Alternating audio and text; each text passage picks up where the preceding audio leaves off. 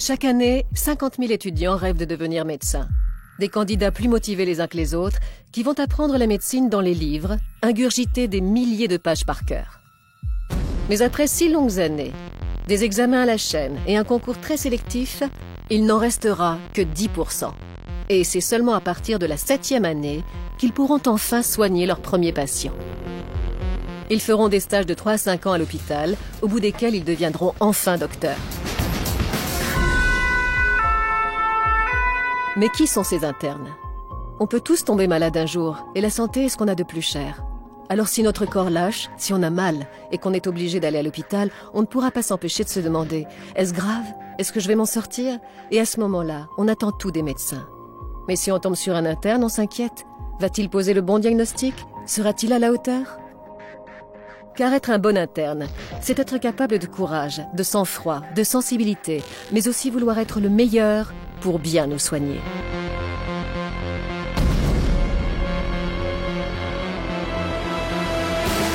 Durant plusieurs mois, en immersion au cœur de 3 grands hôpitaux lyonnais, nous avons suivi 4 jeunes apprentis docteurs. Fidi, Thibaut, Maude et Thomas.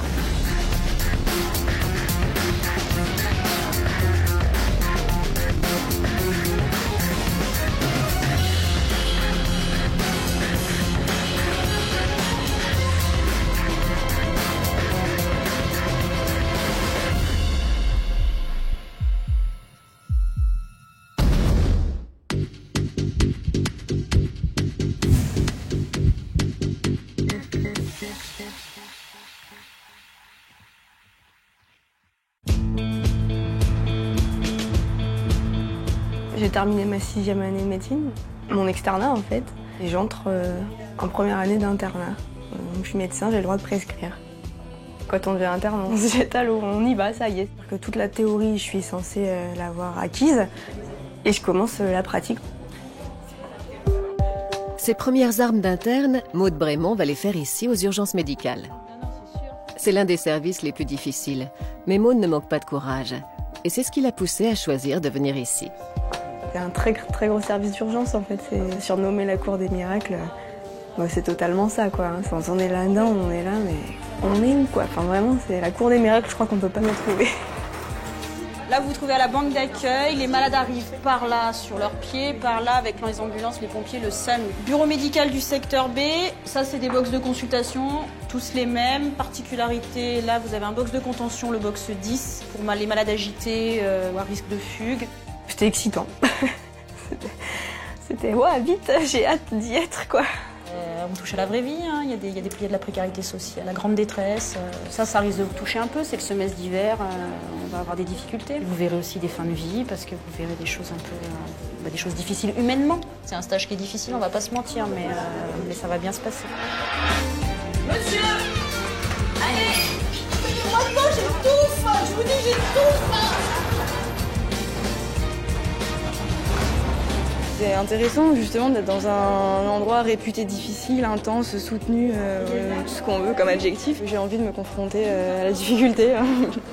Peut-être dans 6 mois je le regretterai, mais bon, j'ai envie d'essayer, voilà, on verra.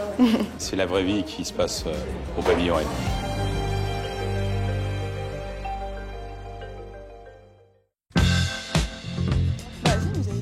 Pour Maude, c'est le jour J. Elle va enfin voir ses premiers patients. C'est un petit bout de femme courageux, mais pas très sûre d'elle. Alors pour son premier jour aux urgences, elle a préparé sa tenue de médecin dans les moindres détails, histoire de se donner confiance. Tu veux mes super baskets? Elles sont vertes, fluo. Oh yeah! Ça va, du coup je voulais me mettre un collier de la même couleur, mais je n'avais pas. Alors, ma première tenue médecin, alors j'avais une grosse appréhension parce qu'en fait on m'avait expliqué que c'était dans un distributeur automatique. Alors moi les machins automatiques j'aime pas trop parce que je comprends jamais comment ça marche. Et bien sûr j'avais plus de tenue à part une taille beaucoup trop grande pour moi. Et donc c'est vrai que c'était la grosse déception quand même de cette première journée. J'avais vraiment l'impression qu'on allait dire mais alors elle sort d'où quoi. Enfin, il manquait que le nez rouge quoi. J'avais les baskets vertes, je m'en suis voulu du coup d'avoir des baskets vertes. Bonjour. Des Nouvelles-Ambernes. Ah bah bienvenue. Aujourd'hui, c'est Muriel, une médecin senior, qui va l'encadrer pour ses premiers pas dans le service. Bah oui. T'es prête? Bah oui. Allez, Ça va bien se passer. Ça va. Maud, oui. Ce que tu peux faire, c'est t'occuper de ce patient parce que c'est la priorité.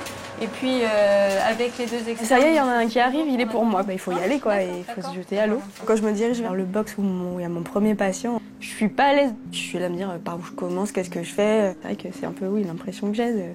Allez, on y va. J'ouvre la porte et je me transforme en médecin. Pour cette première fois, Maud est accompagnée d'une jeune stagiaire qui est encore à la fac de médecine. Bonjour monsieur. Je suis l'interne du service. Le motif de consultation, c'était pour maux de tête et fièvre.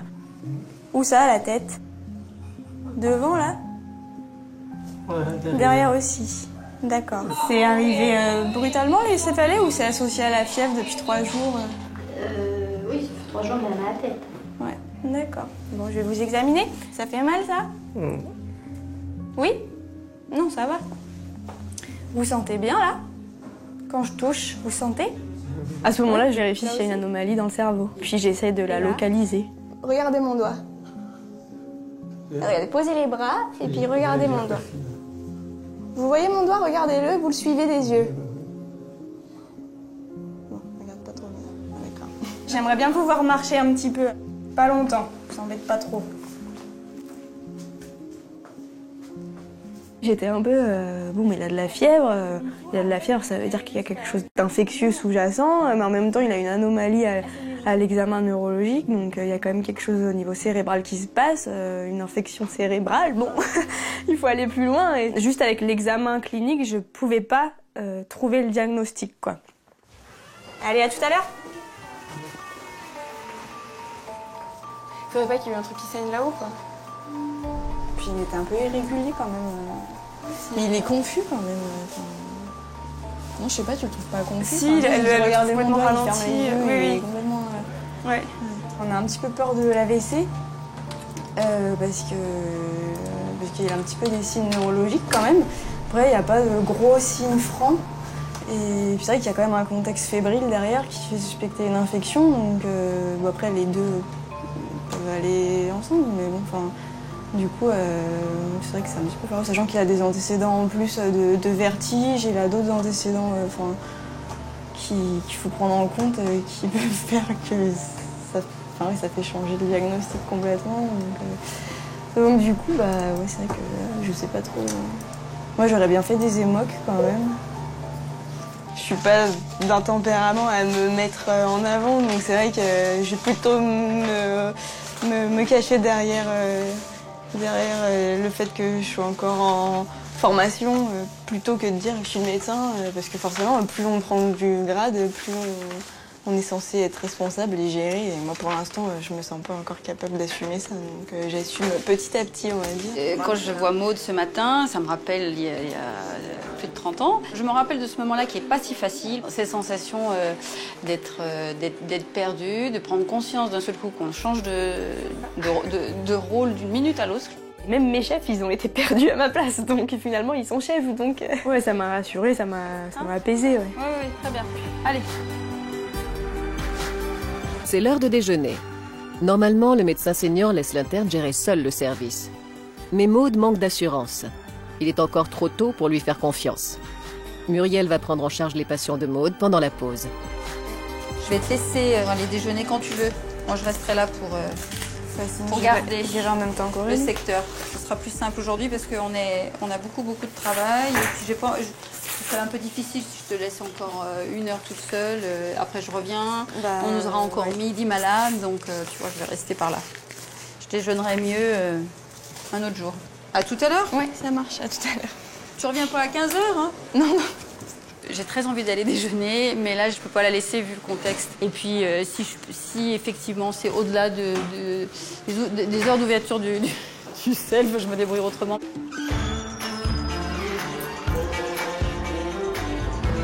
À la cafétéria, Maud rejoint d'autres internes. Pour eux aussi, c'est leur première journée. Ça va. Un peu dur, mais... T'es où là? T'es au B? Ouais. C'est comment là? Là, tu vois, j'ai chaud. T'as chaud? Ouais. Là, t'as pu manger à 13h? Bah, en fait, la médecin, elle mange pas parce qu'elle voulait pas me laisser toute seule, quoi. D'accord. Elle peut se gérer de A à Z ou non, elle t'accompagne partout là. Bah en fait elle me laisse, elle me dit prescris ça, fais ci, machin, mais c'est pas évident. Ça calme. Oui, ça calme, ouais. Ouais, elle était... Moi, je sais pas, moi je trouve ça pas calme, mais elle c'est calme en fait. Tu l'as déjà passé, c'était calme. Ouais. Ça va? C'est pas très intense? En fait c'est le matin quoi, c'est pour ça le matin c'est pas hyper fun quoi.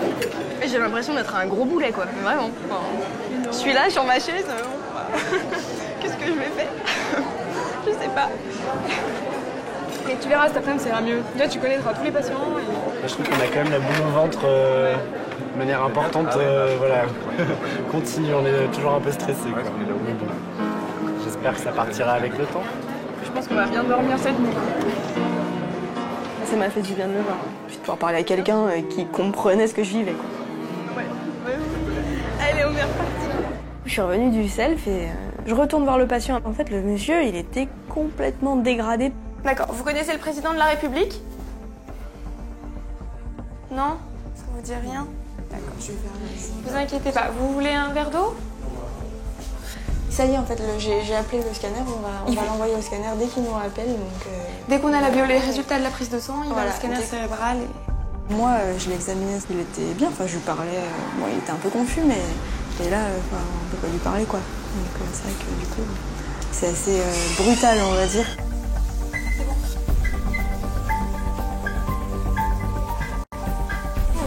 T'as fait du bon boulot, là, ce matin. À la vitesse grand V, tu as vu que le patient était inquiétant. Donc, tu as pu avoir tout de suite le scan. Et tu vois, le scan montre que ce patient, tu vois, regarde. Il a des angiomes, des trucs comme ça. Voilà, donc là, c'est pas des angiomes, c'est des abcès. Donc là, tu commences la première journée avec une pathologie lourde, là. Hein. Le patient était venu pour un mal de tête. Il a en fait des abcès au cerveau dont il pourrait ne jamais se remettre. Le premier cas grave pour Maude. C'est assez grave parce que tout ce qui concerne le cerveau, dès qu'il y a une infection, ça peut être dramatique. C'est toi qui vas le dire à sa femme? J'espère qu'elle ne va pas être toute seule pour en parler à sa femme, parce que je pense qu'elle viendra avec moi pour le premier jour et tout. Que je vois au moins comment elle fait. Surtout que sa femme, elle avait l'air vraiment d'être inquiète, donc je préférerais que ce soit quelqu'un qui sache trouver les mots, quoi. Rebonjour. Donc c'est Maud, notre interne qui ce matin a bien pris en charge monsieur. Annoncer de mauvaises nouvelles aux familles, c'est ce que craignent le plus les internes. Alors pour cette fois, Muriel, le médecin senior et un neurologue vont épargner Maude et prendre en charge l'entretien avec la femme du patient. Donc le scanner qui a été fait ce matin est en faveur du diagnostic d'abcès cérébral. Donc c'est pas une bonne chose du tout, c'est vraiment une grave complication. L'abcès en soi, il n'est pas très gros, mais il fait souffrir le cerveau qui est autour. Ça me touche dans le sens où je transfère encore un petit peu trop le fait que ça pourrait arriver à quelqu'un de ma famille. Mais normalement, un médecin, il se blinde en quelque sorte. Et je pense que le blindage, il vient au fil des années et au fil des expériences. Moi, première expérience, forcément, j'ai pas eu le temps de me blinder sur ça. Bon, comment tu te sens, Maude? Ça va mieux que ce matin, mais bon, c'est quand même... de temps en temps, tu as le temps de respirer, oui, souffler un peu? Mieux que ce matin. Les coups de fil, les prescriptions, je pensais pas qu'on me laisserait les faire le premier jour. C'est vrai que je suis assez surprise de le faire, mais en même temps, il faut bien se jeter à l'eau à un moment donné, donc tant mieux, j'apprendrai plus vite. Pour Maude, cette première journée a été éprouvante. Les urgences étaient débordées. Elle a vu une vingtaine de patients. Vous pouvez me serrer les mains? Allez-y fort. Suspicion d'AVC, entorse de la cheville, crise d'angoisse. Elle a dû tenir le rythme et prendre sur elle pour ne pas céder au découragement. Je m'en souviendrai longtemps de cette première journée, ouais. Et puis, mais bon, en même temps, je me dis, je pouvais que faire mieux derrière. Donc, Muriel, du coup, j'y vais. C'est bon. Vas-y, ouais. Et merci pour tout. Bah écoute, je t'en prie, j'espère que... À bientôt. Merci, bonne soirée. En partant, Maude salue l'interne qui vient prendre le relais. Ça va? Premier jour aux urgences?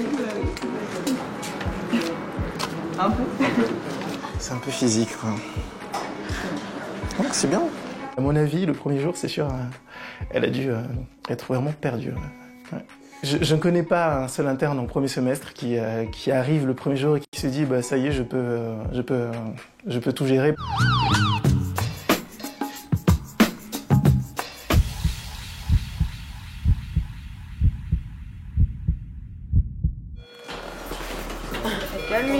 calmez-vous. Madame, vous savez où est-ce qu'on est là? Vous êtes à l'hôpital, vous êtes aux urgences. Vous avez mal nulle part, hein? Quand j'arrive le matin en garde, je sais juste que je vais vivre plein d'aventures, mais je sais pas lesquelles. Fidi Marotia est interne en dernière année. Et parce qu'il est l'un des meilleurs, il prend en charge seul les patients qui arrivent. Ça me fait mal. Alors, c'est justement pour ça qu'on est obligé de vous contenir là pour l'instant. Parce que vous êtes beaucoup trop agité pour qu'on puisse vous faire des soins là. Laissez-moi vivre. Vous allez vivre, madame, vous inquiétez pas, ça, y a pas de souci. Vous allez vivre. Vous êtes déjà à l'hôpital, là, vous êtes pris en charge, donc ne vous inquiétez pas. Je sais même pas où je suis. Vous êtes à Édouard Herriot, à Grange Blanche. J'ai mis du perfalgan, quelque chose comme ça, c'est dingue. Non, mais je on va mettre du perfalgan aussi. À ce moment-là, j'ai l'impression d'être entier, en fait. J'ai l'impression d'être vraiment au cœur de ma vie quand je fais ce métier. Je pense même pas que ce soit un métier. Je crois qu'on est médecin en fait.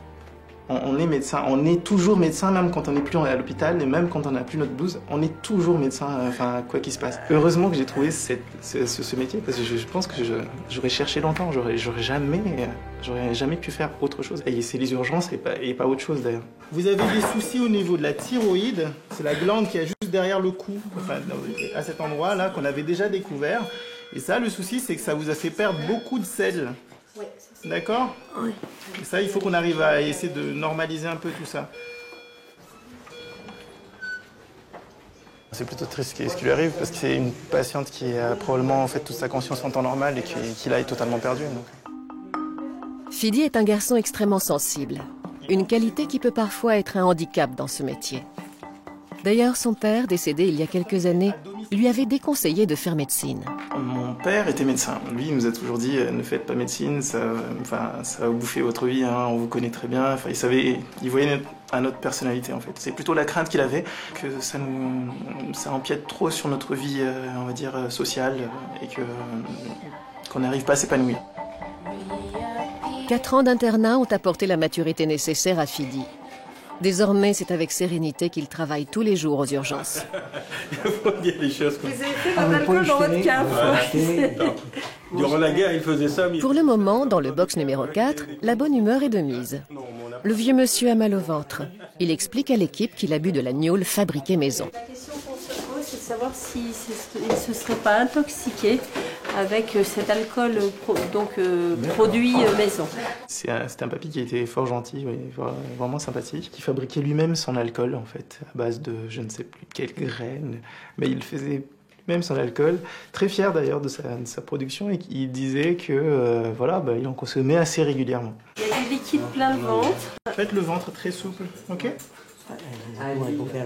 Non mais c'est bien, vous vous en sortez assez bien. Là, ça fait c'est pas mal, c'est pas mal du tout. Je pense qu'il y a quelque chose de bouché là-dedans. Vous êtes allé aux toilettes aujourd'hui? Ce matin un tout petit peu, mais c'était jaune. D'accord. Ce qui est sorti était jaune et puis assez dur. Au départ, vous avez l'impression que vous n'avez pas bon paquet, puis quand vous regardez dans la cuvette, il n'y a rien. Vous vivez avec qui? Personne, avec mon chien. Avec votre chien? Ma chatte. D'accord. 3 poules et 2 poissons rouges. Oh, c'est bien ça. Tout. Alors initialement, on s'était dit, qu'est-ce qu'il nous fait? Il nous fait peut-être un tableau d'hépatite, c'est-à-dire que le foie s'enflamme en fait, s'inflamme sur la consommation d'un produit qui n'est pas adapté au corps. Là, j'ai trouvé, c'est le magnésium. On me disait, tu manques de magnésium. Et à ce moment-là, on découvre qu'il a un cancer qui se développe et c'est ça qui comprime. Et ça fait partie des cancers où on ne peut pas faire grand-chose en fait. Il a eu en fait une cholangiocarcinome. Ça, c'est ce qui est... Une tumeur... Tumeur hépatique, un cancer. Ouais, cancer qui sont souvent de mauvais pronostics. On y a cru. Bon, moi je suis bien malheureuse pour ce patient. Ah oui, parce qu'on avait un diagnostic. Non, si on a l'habitude d'annoncer des mauvais pronostics. Il faut vraiment faire la part des choses. C'est pas ma vie. Je peux pas l'amener avec moi. C'est la sienne de vie. C'est la sienne qui vient de basculer la mienne, non en fait. C'est sûr, c'est dramatique. C'est dramatique pour lui. Il faut se protéger. Si j'emportais tous mes patients chez moi, je pense que déjà j'aurais pas assez de place. Mais je serais pas stable du tout dans ma vie sociale. Je pourrais pas être bien. Si Fidi sait prendre du recul, c'est parce qu'à force de côtoyer la mort tous les jours, il a compris l'importance de profiter de la vie. On apprécie mieux ce qui se passe quand on sait ce qu'on peut perdre. Et quand on sait surtout qu'on peut le perdre à tout moment, en fait. La médecine m'a apporté cette chose-là. Relativiser face à ça, face à la mort, c'est se dire aussi que la nature, c'est ça.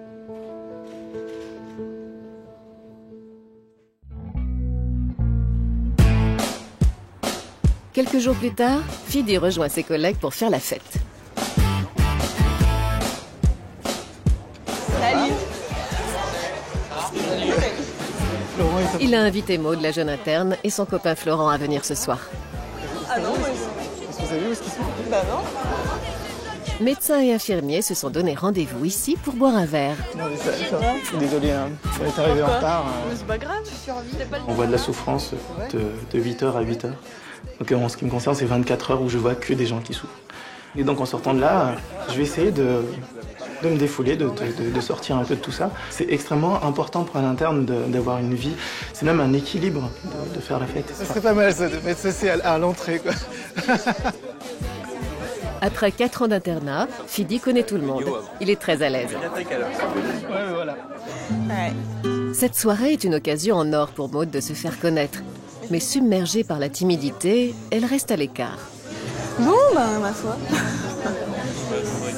C'est vrai que c'est un peu délicat d'aller leur parler comme ça. Je préfère aller leur parler dans le service, quoi. Enfin, faire connaissance dans le service avec eux, quitte à faire une soirée en fin de semestre avec eux, au même endroit, pourquoi pas. Mais là, c'est un peu... Ouais. Je suis plus venue pour ce que Fidi m'a proposé. Et puis voilà, quoi. J'ai l'impression d'être comme je fais sur une soupe. Oh, on continue les présentations? Continuons les présentations. Voyant la réserve de Maud, Fidi prend les choses en main. Je serai pas. Bah non, moi je te suis. Tu me présentes? Vous la connaissez? Vous la connaissez? Bah non. Maud, nouvelle interne. C'est la nouvelle interne Oui, ok. Je crois que c'est ça. Merci. Faut qu'ils me connaissent, qu'ils connaissent mon prénom, qu'ils savent que je suis une de leurs internes et que moi je sais que c'est un de mes chefs, une de mes chefs. Il y a un rapport plus... Je sais pas... Et puis tu deviens quelqu'un, quoi. Tu es pas juste une interne parmi tant d'autres. Oui, voilà. Tu es Maud. Après ce petit tour, Maud est enfin lancée. Lors de sa prochaine garde, c'est promis, elle sera plus à l'aise. Voilà.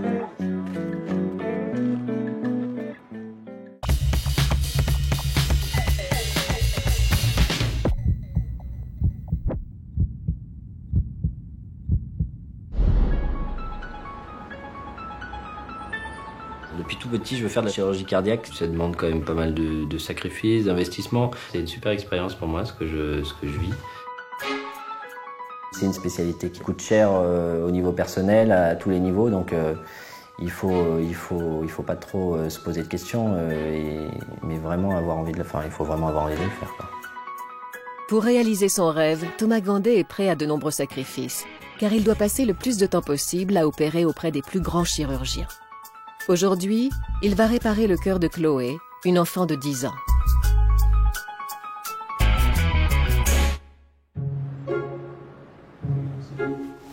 Pour l'instant, elle est dans sa chambre, entourée de sa famille qui est très inquiète. Minette, le petit médicament. Hop, tu le prends comme une grande? Oui. Par la bouche. Voilà, super. C'est pas très bon, hein, mais il faut tout prendre. Ah bah c'est dégoûtant. Ouais, attends, faut pas que ça coule, Minette. Tu le prends d'un coup. Prends d'un coup, comme ça au moins. Prends d'un coup. Voilà, comme ça c'est fini. Ah. Super. Ah mais c'est dégoûtant. Ah c'est dégoûtant. T'as encore le goût. Mais avaler ce médicament ne sera pas le plus difficile pour la petite fille.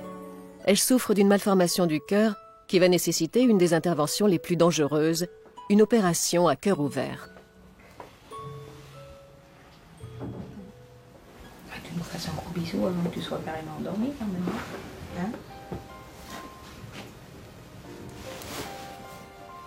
Ah mon pleurer. J'ai pris un moustique, moi. On a pris ta douche, on a tes giclées. Alors pourquoi tu viens de notre œil? Bah les deux. Ça pique.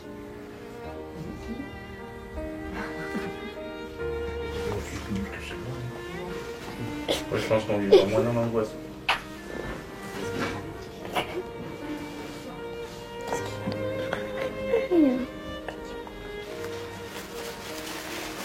Tous tes copains, ils attendent que tu reviennes. Je sais.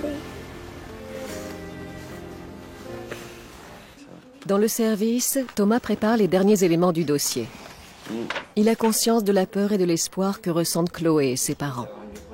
On laisse partir son enfant pour une intervention du cœur, donc on se dit toujours qu'on va pas revoir revenir son enfant, donc ça doit être une charge émotionnelle très lourde. Hein. Et les parents, c'est sûr que c'est leurs enfants, c'est leur chair, donc il y a un investissement énorme. Tu veux venir avec nous? Tu montes? Super. Papa, tu peux m'aider? Petit drain chaud. On va pas le faire. Allez, on fait attention.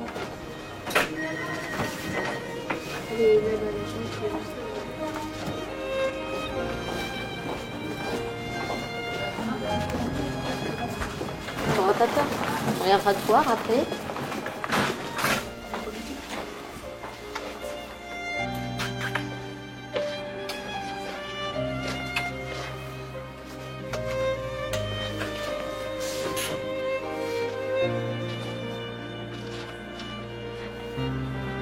Les parents ne sont pas autorisés à aller au-delà de l'ascenseur. Ils laissent partir leur petite fille, mais derrière leur sourire se cache l'angoisse.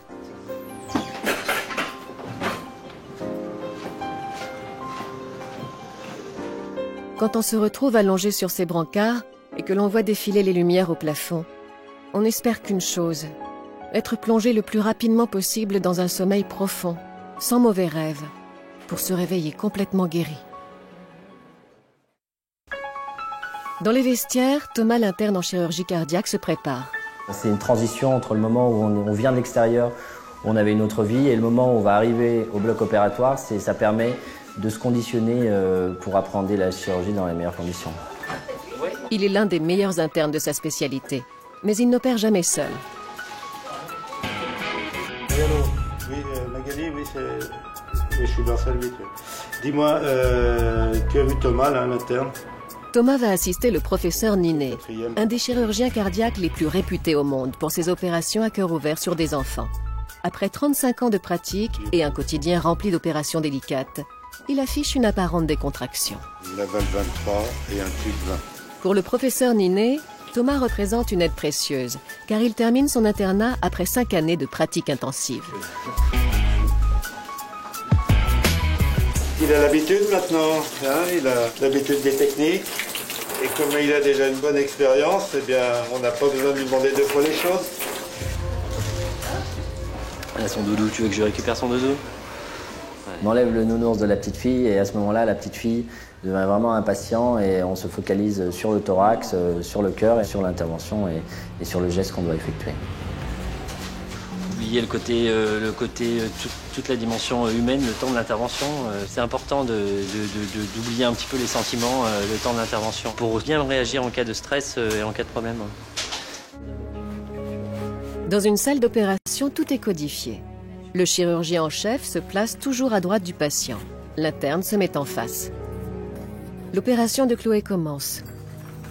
Les chirurgiens vont remplacer sa valve cardiaque défaillante par une valve artificielle.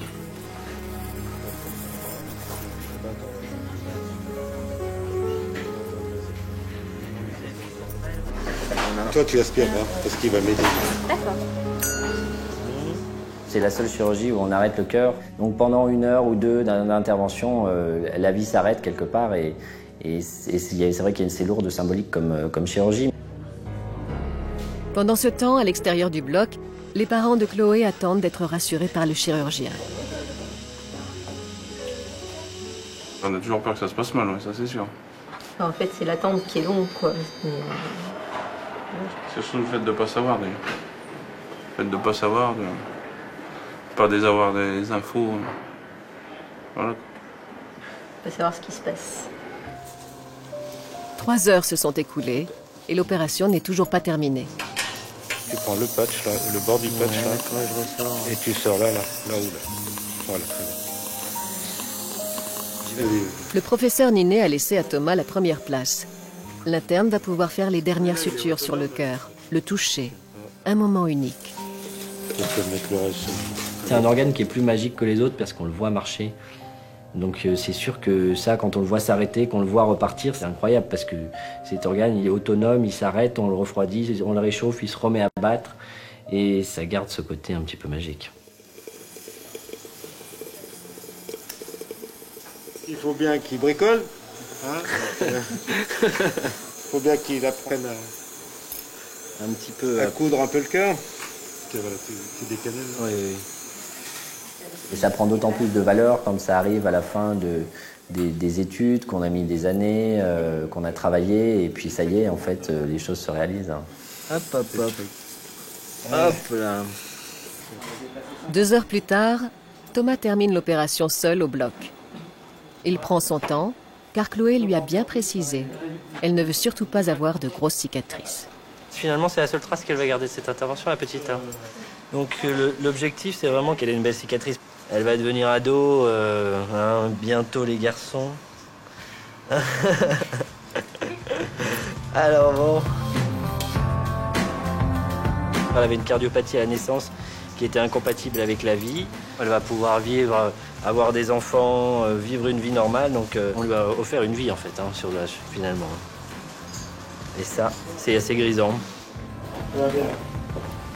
Ça fait vraiment très plaisir, quoi. C'est une vraie réussite de la médecine et de la chirurgie. Ça s'est très bien passé. Hein. Donc on a fait ce qui était prévu. Son cœur marche bien, pas de trouble du rythme. Voilà. Ok. Pas de soucis. Je vous remercie alors. Ça devrait bien aller. Allez, voilà. C'est l'interne qui est avec vous? C'est l'interne qui est avec moi, ouais. Voilà. Voilà, j'ai aidé M. Ninet. Voilà. Et il a refait une belle cicatrice. J'ai fait, oui, c'est... Ah oui, vous avez enlevé le, ouais. le blanc et... Le blanc pour faire une belle cicatrice toute fine. Merci. Merci. Allez, à bientôt.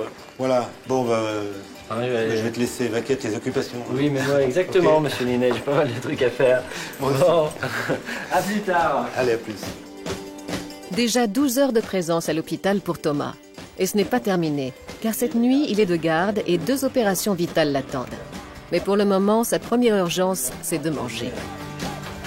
La vie d'interne, c'est un vrai combat, et on a 20 minutes de libre, et ben, il faut vite manger. On a 3 heures, il faut vite dormir pour repartir, pour être en forme, et c'est exploiter au maximum le temps, quoi. Ouais. Chaque minute compte. Thomas n'a pas le temps d'aller à la cafétéria. Il est obligé d'aller quémander son dîner. Bonjour. Est-ce que vous avez de la nourriture en rab chez vous ou pas? Je dois retourner dans 20 minutes au bloc. Il y en a, il n'y a pas de souci. Il faut surtout prendre soin de nos intérêts. Ouais, exactement. Exactement. Voilà. Hop là, je vais les prendre chaudes tant qu'à faire les pâtes. Hein. Et puis un petit morceau de... Voilà de quoi doit se contenter notre interne. Des barquettes délaissées par les malades. Quelques pâtes et des tranches de viande froide. Ah là là, on fait la quête dans les frigos hospitaliers, c'est quand même la loose. Hein. Ah là là. Ta. Un peu de raisin. Hop là. Voilà. C'est des pâtes avec du fromage que j'ai mis dessus. Un peu de raisin, une viande froide. Il y a des médecins qui me disaient interne, c'est interné, ça veut dire on est à l'intérieur. Quand tu es interne, je ne sors pas.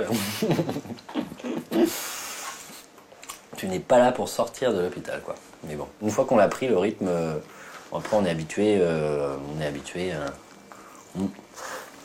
à vivre comme ça, quoi.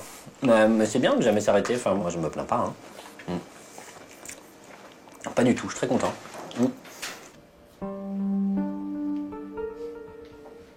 Il faut quelque part que ce soit quelque chose d'un peu passionnel, un peu amoureux avec la médecine, parce qu'à partir de... Si c'est plus le cas, je pense que ces sacrifices que moi, personnellement, je vois pas du tout comme des sacrifices, à ce moment-là, c'est des choses qui vont devenir pesantes, qui peuvent devenir très très lourdes au quotidien. Et c'est un peu pour ça que j'ai choisi cette chirurgie, parce que c'est peut-être la chirurgie où l'apprentissage est le plus long, et c'est pour garder cette envie et ce côté passionnel le plus longtemps possible. Et je pense que cette chirurgie cardiaque, c'est celle qui me permettra de ne pas tomber dans la routine, en fait. C'est vrai que là, ça paraît un petit peu désespéré, mais bon, je mange vite. Et puis après, il va retourner au bloc. Hein. Voilà. La nuit qui s'annonce va être longue, mais peu importe pour Thomas. Il veut devenir un grand chirurgien cardiaque, et donc plus il opère, plus il est heureux.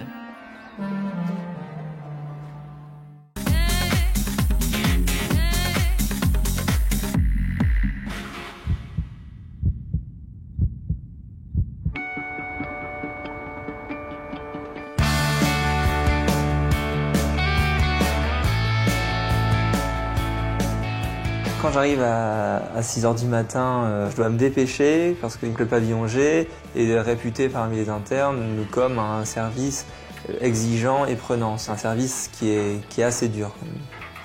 Pour tout ce que j'ai à faire, il faut que j'aille à mes limites parce que c'est comme ça que je peux avoir le meilleur rendement. Moi, en ayant été au bout des choses, je sais ce que je vaux.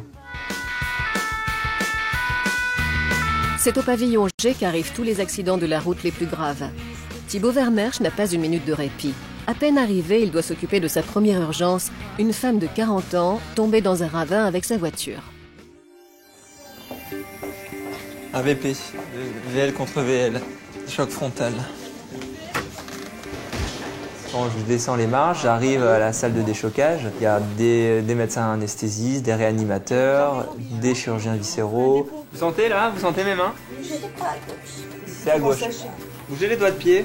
Moi, mon rôle là-dedans, c'est de partir des épaules jusqu'aux doigts de pied pour essayer de palper toute zone qui pourrait être douloureuse, déformée. Je vais essayer de regarder tout ce qui est le plus grave, afin de passer à côté de rien de vital ou qui engage son pronostic tout de suite. Si elle avait rien du tout, elle s'en sortirait bien. Au niveau du bassin, a priori, il n'y a pas grand-chose. Donc au final, plus de peur que de mal. Hein. Tant mieux.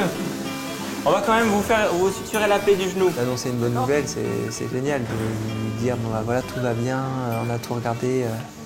Donc voilà, vous n'aurez pas de problème plus tard. Quand on lui dit ça, elle est vraiment soulagée, elle est très très contente et elle nous transmet sa joie. Voilà, moi, ça m'a fait plaisir, ça m'a fait plaisir qu'elle aille bien. La journée commence bien pour Thibaut. Une satisfaction pour ce battant. Il veut toujours être le meilleur et il a de bonnes raisons.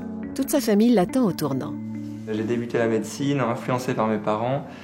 Mon père est radiologue, ma mère est gynécologue et je sors d'une grosse famille de médecins avec mon grand-père qui était aussi gynéco, mon arrière-grand-père aussi gynéco, mon parrain cardiologue, ma tante médecin généraliste. En gros, j'ai beaucoup de médecins dans ma famille. J'ai envie de réussir, de bien faire, de pas décevoir parce que même s'ils mettaient pas la pression, ça aurait été un échec. J'ai pas du tout envie d'échouer, j'ai envie d'essayer de tout faire, de tout réussir. Entre deux urgences, Thibaut doit faire le suivi post-opératoire des patients du jour. Steven, t'as quel secteur? Le début. Alors t'as des soucis particuliers? Le 7, ça va pas. Il dit que son mollet est gonflé, qu'il n'arrive pas à bouger le pied. Très bien. L'infirmier donc me présente ce patient qui est kinésithérapeute, donc une spécialité paramédicale. Et comme toute spécialité médicale et paramédicale, on le sait, sont les gens parmi les plus durs à soigner parce qu'ils sont souvent très anxieux par ce qui leur arrive, parce qu'ils sont confrontés à la maladie, puisque c'est leur quotidien. Et comme Thibaut l'avait prévu, le patient est extrêmement anxieux. Il imagine déjà toutes les complications possibles de son accident de motoculteur. Bonjour monsieur, je suis interne d'orthopédie. Comment allez-vous? Mal. Quand je rentre dans sa chambre, j'ai dans la tête d'essayer de ne pas perdre la face, que je suis plus jeune, il sait comment fonctionne l'hôpital, il sait ce que c'est qu'un interne, et donc voilà, il faut que je lui montre que je sais de quoi on parle. J'ai pris des calmants toute la nuit et je peux plus tenir. J'ai un ami, là, chef de clinique, qui vient de m'appeler. Est-ce qu'on peut... Lorsqu'il dit qu'il a un ami qui est chef de clinique ou médecin, il me montre qu'il connaît pas mal de choses et que je dois le considérer comme un patient un peu VIP, entre guillemets. Mais en fait, pour nous, ça change pas grand-chose parce que tous les patients, on les prend en charge de la même manière, on fait pas de différence. Aïe. Parce que le pouls, il peut être respecté, on peut le sentir dans quelque temps, mais... Le pouls, dans un certain nombre d'éloges, on sent toujours le pouls. Et vous avez l'impression que le mollet a gonflé. Oh bah, tu parles. Je suis dans un étau. Hein. En général, syndrome d'éloge, vous pouvez plus bouger. Hein. Le mollet est dur comme du bois et les douleurs sont atroces. Hein. C'est un peu l'impression que j'ai. Là, vous venez juste d'être opéré, donc vous êtes agi, c'est normal que vous ayez mal. Pour l'instant, il ne faut pas prendre des pressions, votre mollet est souple. Il est douloureux, très douloureux, mais il est souple. Et une écho. On verra rien aussi. On verra pas s'il y a des veines broyées. Non. S'il commence à se tendre vraiment, et dans ce cas-là, on fera quelque chose, mais là, pour l'instant, il n'y a pas. Une botte, non? Pas de botte? Non, parce que si vous me mettez une botte, je ne pourrai plus surveiller le mollet. Qui le surveille? Moi. D'accord. Non, parce que je vous pose toutes ces questions, parce que toute la nuit, Je savais pas bien qui faisait quoi. Mais là, c'est moi qui vais les surveiller, qui vais surveiller Smollet. Le nom de l'interne? C'est Vermersch. Vermersch. Je peux me lever quand même pour la toilette ou pas? Oui. Oui. Allez, bon courage. Merci. Bonne journée. Au revoir, monsieur. Ça lui a fait du bien, je pense qu'il va être rassuré, ça va aller beaucoup mieux maintenant. Thibaut ne s'est pas démonté. Un bon point pour cet élève modèle. Mon ambition, c'est d'être bon dans ce que je fais et que les gens soient contents après que je les ai vus. En essayant d'être le meilleur dans tout ce que je fais, je me dis que j'arriverai pas à être le meilleur, mais que j'arriverai à atteindre un niveau satisfaisant en fait. Finalement, pour une fois, le reste de la journée sera calme. Il est 18h. Thibaut peut rentrer chez lui. Mais il n'est pas encore arrivé. Il habite à 50 km de là. Un sacrifice qu'il fait pour Charlotte, sa femme, également interne, mais dans un autre hôpital. Parce que ma femme est interne de gynéco à Saint-Etienne en fait. On a choisi le meilleur compromis. Donc moi à Lyon c'était une super formation et puis elle Saint-Etienne c'était pas mal aussi pour elle. Donc en fait on a plutôt qu'habiter au milieu des deux. On a dit on va habiter 3 ans à Saint-Etienne, 4 ans à Lyon. Encore 1 an à Saint-Etienne et ensuite on habitera à Lyon. Ce sera plus facile pour moi et pour elle ce sera plus dur. Pour moi on m'avait dit que c'était fou de continuer à habiter à Saint-Etienne. Mais moi d'un certain côté je l'ai pris un peu comme un défi à me dire que je vais pouvoir y arriver.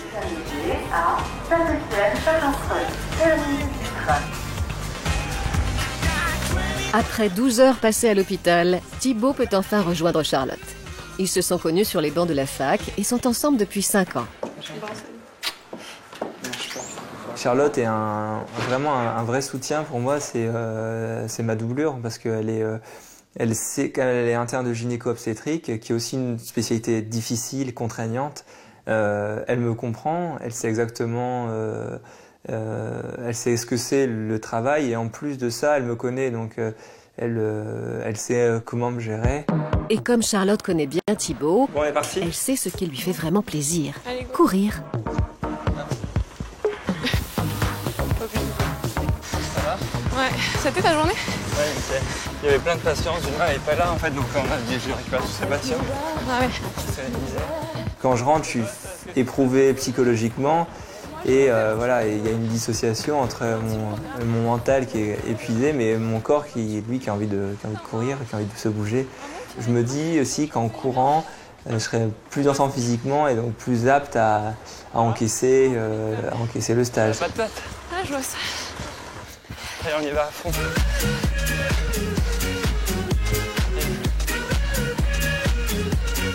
Allez, pousse. Allez, vas-y, pousse. Je suis un peu son coach en fait, donc je la pousse à courir parce que Charlotte elle avait besoin d'être poussée et donc pendant la course elle trouve ça hyper dur, mais au final elle est très contente. C'est une joie de terminer en ayant été au bout d'elle-même. Si je ralentis, elle ira pas au bout d'elle-même et elle sera déçue au final. La course ça fait du bien, au contraire, on ne pense plus, on se donne à fond. De toute façon on sait que c'est le dernier moment de la journée, donc on se donne à fond et après le mieux c'est de rentrer, de se poser. Ça permet de se dire qu'on a fait un truc, moi on a fait un truc après le boulot, que sinon on ferait rien et ce serait déprimant à force de se dire on fait rien, on bosse, on dort et on mange et voilà. Ce jogging, c'est leur petit plaisir à eux. Et c'est bien le seul qu'il leur reste. Le quotidien n'est pas toujours facile à gérer pour les jeunes mariés. Enfin, surtout pour Charlotte, qui elle aussi est interne, mais ici, à Saint-Etienne. Charlotte, elle fait beaucoup de choses. C'est celle qui est là le plus souvent. J'ai mes repos de garde en fait. Quand je suis de garde, je suis là le lendemain chez moi, donc ça me libère un peu de temps quand même. Parce que tu vas croire, quand moi j'avais aussi des repos de garde, on en faisait autant. Et puis après j'habite en Saint-Etienne, donc comme je travaille ici, forcément je rentre, même si je sors à peu près comme lui, je rentre un peu plus tôt. Donc moi quand je rentre, les magasins sont encore un peu plus ouverts normalement. Alors que Thibaut... Quand moi je m'occupe de tout ce qui est facture, impôts, toutes ces conneries comme ça. Il fait quand même des trucs. On a quand même eu quelques engueulades. Faut pas faire genre tout va bien. Ça a été accepté hyper facilement. Non mais il y a des fois c'est bon, bah, tu fous rien, tu vois, c'est encore moi qui fais ça. Ouais, des fois, quand je suis de repos de garde, si je fais que ça m'énerve parce que je me dis que je pourrais profiter et ils me demandent ce que j'ai fait le soir, bah voilà. J'ai dormi et j'ai rangé l'appart. Des fois, ça m'énerve.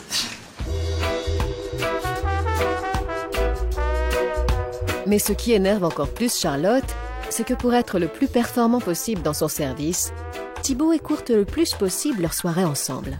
Pour dormir. Vers 9h30, il commence à penser à aller se coucher. Mais j'essaie quand même 10h15, 10h30 les jours de folie, quoi.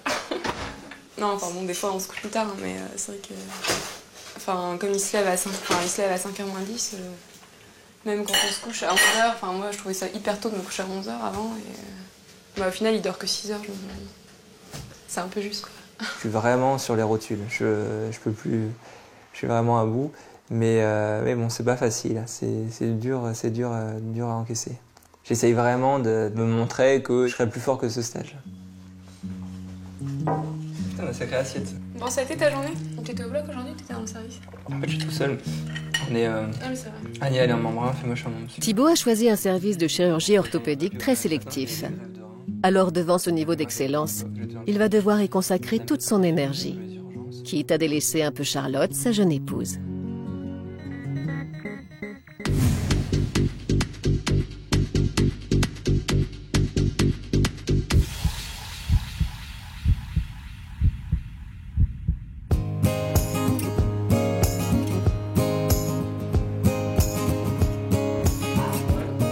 Pour Maude, la toute jeune interne, une semaine s'est écoulée depuis sa première journée aux urgences.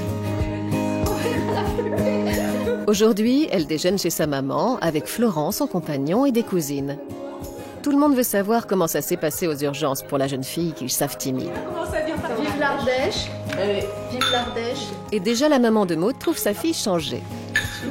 Dans les yeux, elle a bien maigri. Par contre, là, je trouve que ça a bien décollé. Donc ça prouve qu'elle bosse beaucoup. Non, on est bien contents. Et même si ses proches témoignent à Maude de leur fierté sur son parcours professionnel, pour la jeune femme, sa première journée aux urgences rime avec mauvaise expérience. Elle est consciente qu'il lui reste encore beaucoup à apprendre. Le premier jour, j'avais pas ma place. J'ai un petit manque d'assurance. J'ai besoin qu'on me dise oui, c'est ça. Oui, vas-y, c'est bon. C'est dans ce sens-là. Pour moi, la limite, c'est une qualité. On est un peu simple, on est humble, on n'est pas à se la péter à dire je suis le médecin. Mais voilà, donc manquer de confiance, c'est pas un mal. Florent, le compagnon de Maude, termine son internat de médecine générale. Lui aussi est passé par là, et il sait que la timidité de Maude pourrait être un handicap. Aux urgences, on prend de l'autonomie et il faut se donner un coup de pied aux fesses et il faut y aller, quoi. On ne peut pas se permettre de rester d'emblée, de rester comme ça et d'attendre toujours le senior qui va dire oui, c'est bien ce que tu fais, tout ça. Mais moi, c'est vrai que j'ai un petit côté à attendre qu'on me dise oui, c'est bien, ok.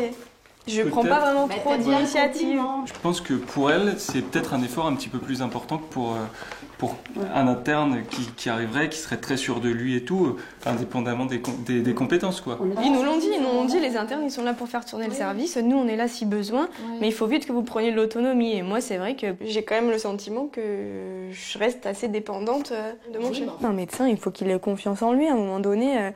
Un docteur, il faut qu'il sache dire c'est comme ci, c'est comme ça, on fait tel bilan ou on fait pas tel bilan. Et c'est vrai que moi, je pense que j'ai encore beaucoup de travail là-dessus, quoi. Mais je suis sûre qu'au bout de quelques temps, t'auras pas de mal à t'imposer. C'est l'expérience aussi. Oui. Et la famille a raison de s'inquiéter pour Maude, car elle va bientôt faire sa première garde de 24 heures aux urgences. Le samedi soir, aux urgences, le service est débordé. Pas de chance pour Maude. C'est elle qui a hérité de cette garde difficile. Elle a déjà fait des crises commissaires avant. Elle a senti sa crise venir, qui commence par des signes à gauche. Elle a fait sa crise et depuis, elle a mal à la tête. Déjà 12 heures qu'elle travaille et les patients s'enchaînent. Cette jeune femme a convulsé et pleure de douleur à cause d'une migraine. Oui, bonsoir Annie Gentil, je suis médecin à l'accueil. Je vous appelle pour un scanner cérébral pour une jeune femme de 23 ans. Maude doit emmener la jeune femme passer un scanner à l'autre bout de l'hôpital. Mais avant de partir, son médecin senior lui donne une dernière recommandation.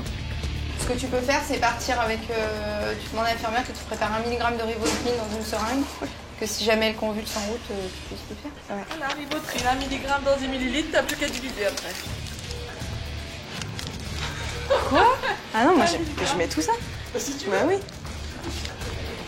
C'est un anti-épileptique au cas où elle convulse sur le trajet, que j'ai quelque chose pour arrêter les convulsions.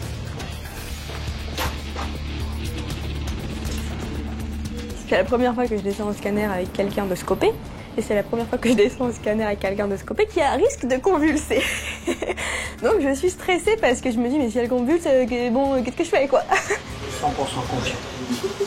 Ça se passe toujours bien. Oui. Oh. Je vois. J'ai besoin qu'on me mette en confiance et qu'on me dise, mais non, t'en es capable, quoi. J'ai toujours peur de pas être capable. Finalement, la patiente n'a rien. Maud n'aura pas à se servir de cette maudite seringue. Et le manque de confiance n'est pas la seule difficulté de Maud cette nuit. Elle va aussi devoir apprendre à gérer sa fatigue. Encore 12 heures à tenir pour la jeune interne. Je sens que c'est lourd pour toi. J'ai peur que tu te claques, t'as encore 12 heures à faire. Je porte ton stéto ou non, ça va ça? Je porte un... Si on pouvait me pousser dans un brancard jusqu'au pavillon, ça serait pas mal. Mes copines, elles m'appellent la princesse au petit pois. C'est une princesse, elle est tellement fragile qu'elle sent un petit pois sous 7 matelas. Voilà. C'est mon deuxième surnom, la princesse au petit pois. Je suis sensible, je suis hyper émotive. Finalement, la princesse au petit pois, c'est certainement quelque chose qui me va bien. Mais je pense qu'il y a aussi une part de moi qui est forte et qui est capable. Et je pense que je suis plus dure que ça. Pourtant, la sensibilité de Maud va être mise à rude épreuve. Ici, aux urgences, les internes apprennent aussi les limites de la médecine. Et leur rêve de soigner et de guérir ne peut pas toujours s'accomplir. Ce soir, un des patients du service est dans un état désespéré. Maud ne comprend pas pourquoi l'équipe veut arrêter les soins. C'est lui où il n'y a pas d'acharnement thérapeutique et tout ça, enfin, c'est convenu avec la famille en fait. Alors c'est un patient qui a 90 ans, qui est grabataire, qui est dément. On n'a évidemment pas envie de le mettre en réanimation. Elle est née d'où cette idée qu'on limitait les soins actifs Est-ce que, bon, je vais te poser la question, c'est quelqu'un de ta famille qui a 90 ans, qui est dément, qui est grabataire, qui fait un épisode infectieux avec un choc. Est-ce que tu veux qu'on le mette en réa avec une voie centrale, avec une ventilation sûr, après, pour le prolonger de quoi? Il y a la quantité de vie et la qualité de vie. C'est dur humainement parce que surtout que j'ai pas l'habitude et j'ai peut-être pas la réflexion. Enfin, j'ai pas l'habitude de ça. Enfin, toutes les études, finalement, on les a passées à tout faire pour les sauver, entre guillemets. Et du coup, là, c'est le non-soin. C'est pas qu'on les tue, mais c'est le non-soin. Et c'est vrai que intellectuellement, c'est dur de l'intégrer parce que j'ai pas l'habitude de pratiquer ça, en fait. C'est un bébé docteur, donc elle sait pas tout ça. Et c'est vrai qu'en plus, personne leur a... Les études de médecine, on leur apprend, il y a une pile de cours comme ça, t'as ça à apprendre par cœur, et puis tu me récites le tableau, et les symptômes, et le traitement, etc. Mais on n'a pas le recul, on n'a pas le contact avec le malade, avec la famille, on n'a pas la maturité, on est soignant avec son histoire personnelle.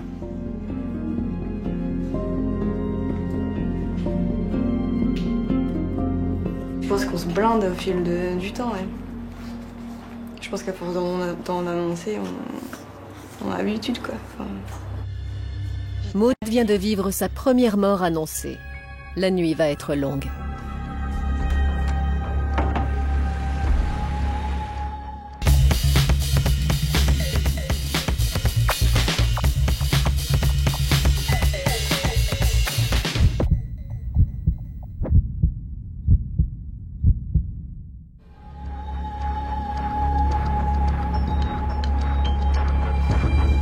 De son côté, Thomas, l'interne en chirurgie cardiaque, se prépare à passer une nuit blanche. Ça fait 14 heures que je suis à l'hôpital. Normalement, la journée se termine, mais là, je suis de garde. Et on sait que là, il y a une urgence qui va arriver. Donc, c'est parti pour la nuit. Bon, vous avez des news de la greffe? Le poumon est bon. On va aller chercher le patient dans Le poumon est bon, on va aller chercher le patient. Dans un quart d'heure. Dans un quart d'heure. Dans un quart d'heure, on rentre le malade. Ok. C'est parfait. Le jeune homme installé sur la table s'appelle Pierre. Il est atteint de mucoviscidose. Un donneur est décédé en début de soirée et cette nuit, Pierre va recevoir ses poumons. Une opération de la dernière chance qu'il attend depuis des années et qui doit lui sauver la vie. Thomas va seconder le chirurgien. Pour lui, ce sera sa première greffe de poumon. C'est une intervention que j'ai jamais vue, que je connais pas. Donc pour moi, c'est enrichissant pour ma vie future de voir ça. Je suis très content finalement, je suis très content moi d'y aller. Hein. Ça me convient vraiment. Donc il a 23 ans et sa vie doit être un calvaire, sous oxygène, à rien pouvoir faire, à être hospitalisé très régulièrement pour des surinfections avec des antibiotiques très lourds. Donc il est arrivé en bout de course maintenant. La seule alternative pour lui, c'est la transplantation bipulmonaire. Je préfère ça plutôt que d'être dans ma chambre de l'hôpital qui est sinistre, désastreuse, à attendre à rien faire, quoi. Hein. Les bons chirurgiens, c'est ceux qui ont de l'expérience, hein, qui ont passé du temps au bloc opératoire, hein, au final. Hein. La fatigue, ce sera plus tard, mais bon, quand on est en train d'opérer, si on est actif, on n'y pense pas trop, non. Non. C'est pas cette nuit qu'on est fatigué, hein, c'est après, c'est le lendemain ou le surlendemain plutôt, quand on n'a pas dormi. Il y a un nageur qui disait ça, là, je crois que c'était Yann Torp qui disait qu'il était le premier à rentrer dans l'eau et qu'il était le dernier à en sortir. Hein. Et finalement, il nage plus vite que les autres. Aux côtés de Thomas, le professeur Gégaden, chirurgien spécialiste des greffes de poumons. Un ponte en la matière, qui a la réputation d'être impitoyable avec ses équipes au bloc. Il est en forme, hein. Ah, pas falloir moufter, moi je vous le dis. Hein. Pas de blague de cul, là. Hein. Les 2 poumons sains arrivent dans la glacière.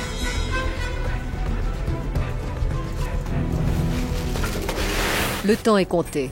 Le professeur Gégaden doit enlever les poumons malades au plus vite. C'est tellement dégueulasse ces poumons qu'on n'a même pas le sang. Son stress est palpable. Il maintient la pression sur son équipe. On est gêné, qu'est-ce que tu veux faire des poumons avec des poumons pareils. Vas-y, relâche. Non, je relâche pas. C'est la veine. Ouais, c'est bien, faut quand même s'en débarrasser. Non, mais pas des lacets, je vous ai demandé des lins ou des soins, quelque chose, quoi. Qu'est-ce que vous avez aujourd'hui? On est obligé de vous tirer là pour tout. Bon, allez, rangez ça. Vous avez changé l'aspiration? Je vous l'ai dit de la changer. Vous l'avez encore gelé? Alors écoutez, concentrez-vous un peu, faites un effort. Il faut surtout pas s'énerver ou se braquer parce qu'on trouve que c'est injuste, l'attitude du chirurgien. Il faut laisser couler et puis se modeler pour être le plus efficace possible et que lui finalement se sente bien aussi et se détende et que l'intervention se passe bien. Les nouveaux poumons sont prêts. L'opération va encore durer 4 heures. Allez, donnez-moi du PDS. On y va.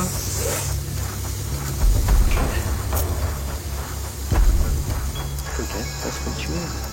Il faut être hyper concentré toute l'intervention parce que ça reste des sutures sur des vaisseaux. Il faut rebrancher le poumon sur le cœur, à la sortie du cœur. Donc c'est des vaisseaux qui sont très fragiles, hein. Donc c'est des sutures très délicates. Donc finalement le rôle de l'interne, ça va être de tenir des fils très fins, ne pas tirer trop fort parce que ça peut déchirer au niveau de l'artère.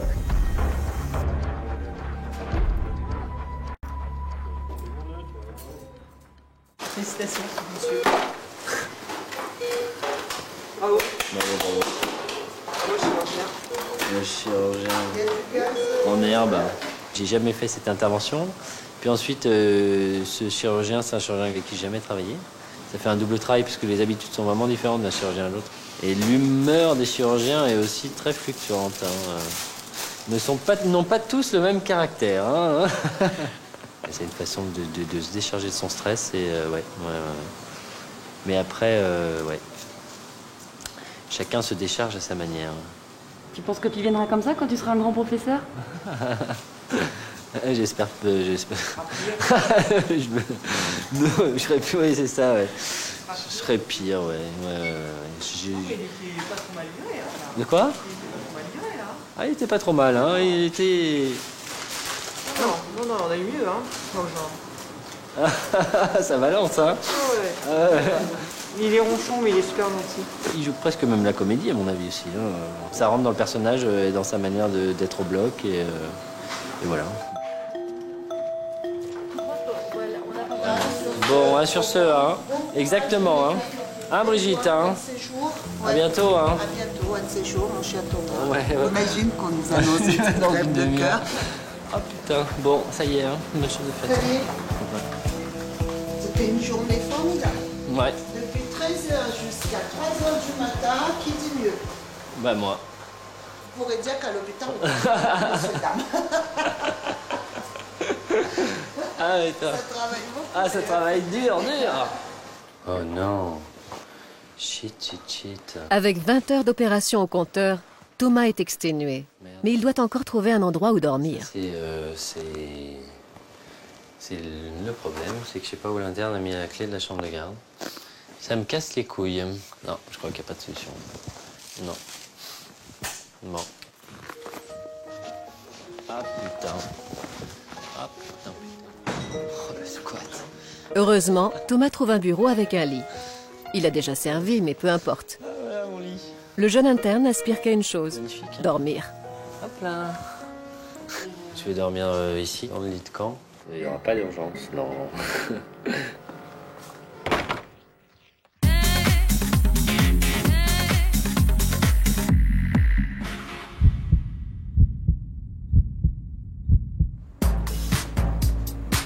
Aux urgences orthopédiques, c'est le dernier jour de stage de Thibaut. Mais ses chefs ne perdent aucune occasion de lui faire réviser ses acquis. Et même au bout de 9 années d'apprentissage, Thibaut ne sait pas tout. Je sais qu'il a la réponse. Le problème est le suivant, il a les connaissances théoriques, il les a. Mais après, quand on a des connaissances théoriques, pour les mettre sur des cas, c'est difficile. C'est quoi le diagnostic quand tu as l'humérus fracturé et l'avant-bras fracturé au niveau des deux os? Tu appelles ça comment? Ça, c'est facile. Tout le temps. Absolument. Il faut commencer par quoi?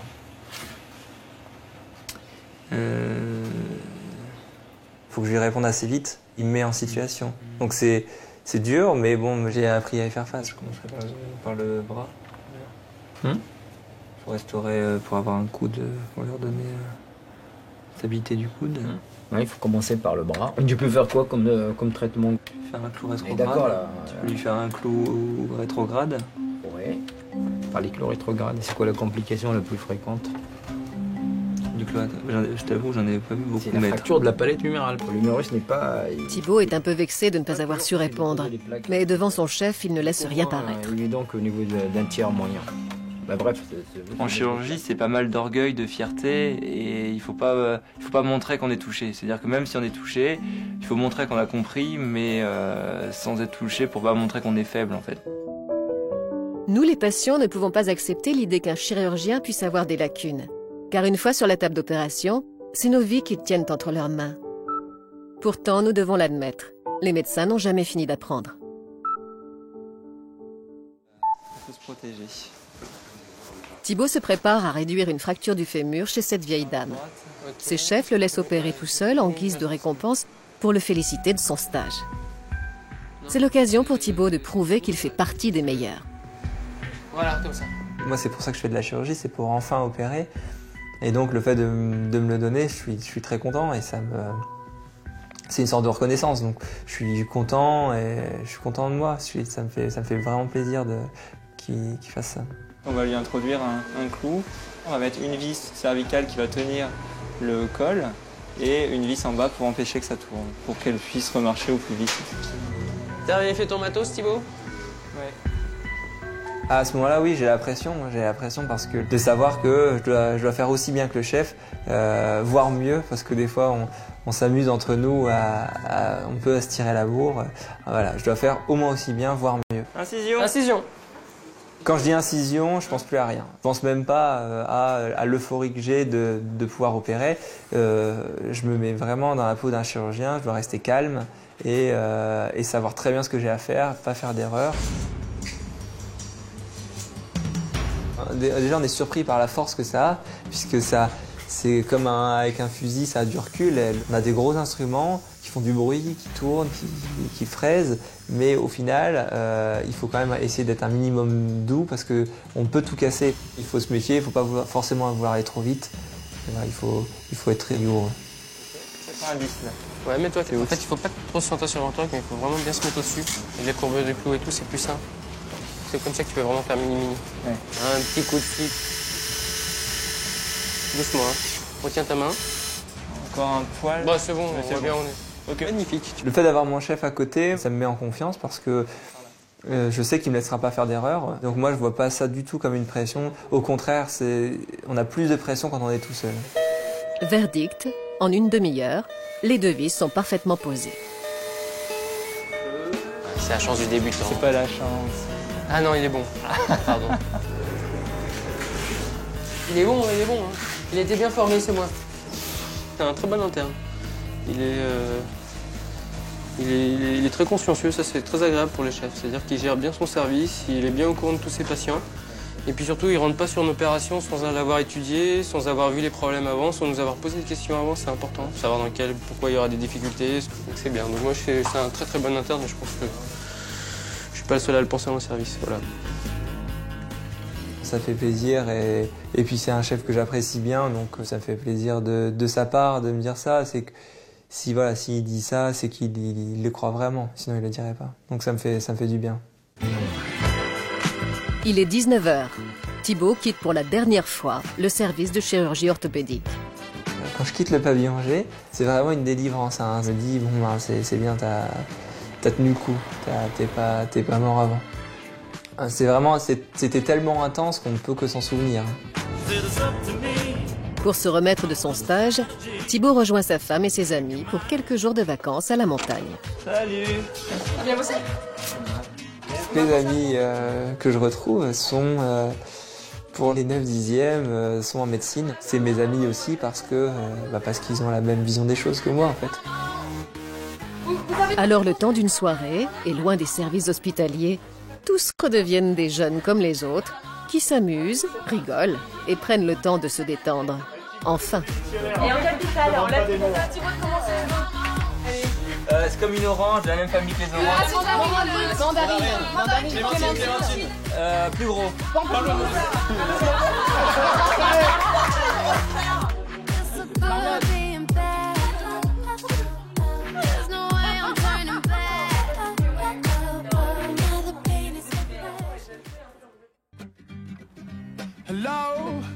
Et le lendemain, pour une fois, Thibaut rejoint le dernier, la table du petit déjeuner. C'est une période de ma vie où j'étais le plus fatigué. Quand sont arrivées les vacances, j'ai dormi au début parce que vraiment j'avais accumulé une dette de sommeil.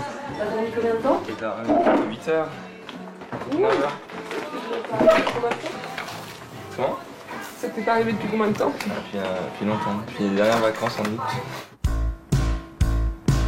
Mais même en vacances, son tempérament de compétiteur revient au galop. Il ne peut pas s'empêcher de défier ses amis.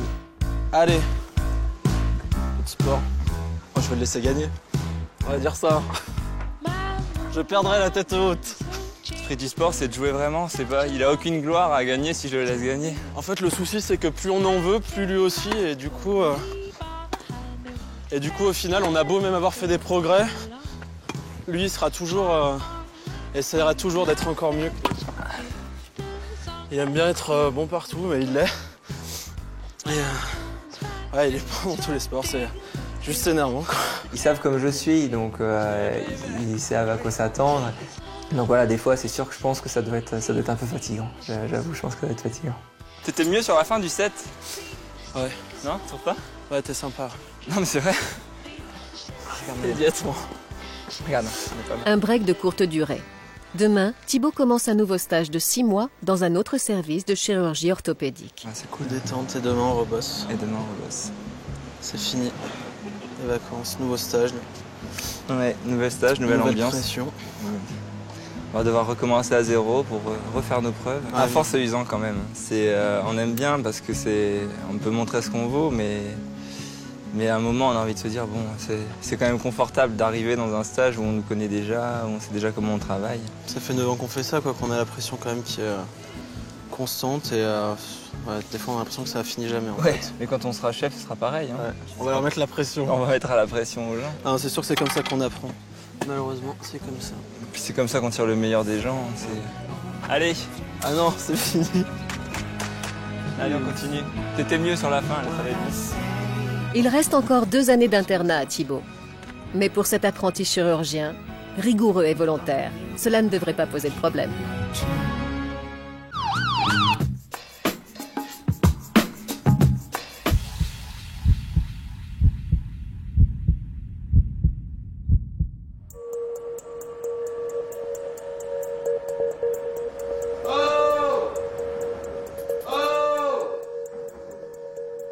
Fidi, l'interne très expérimenté qui termine son internat, arrive à la fin de sa nuit de garde.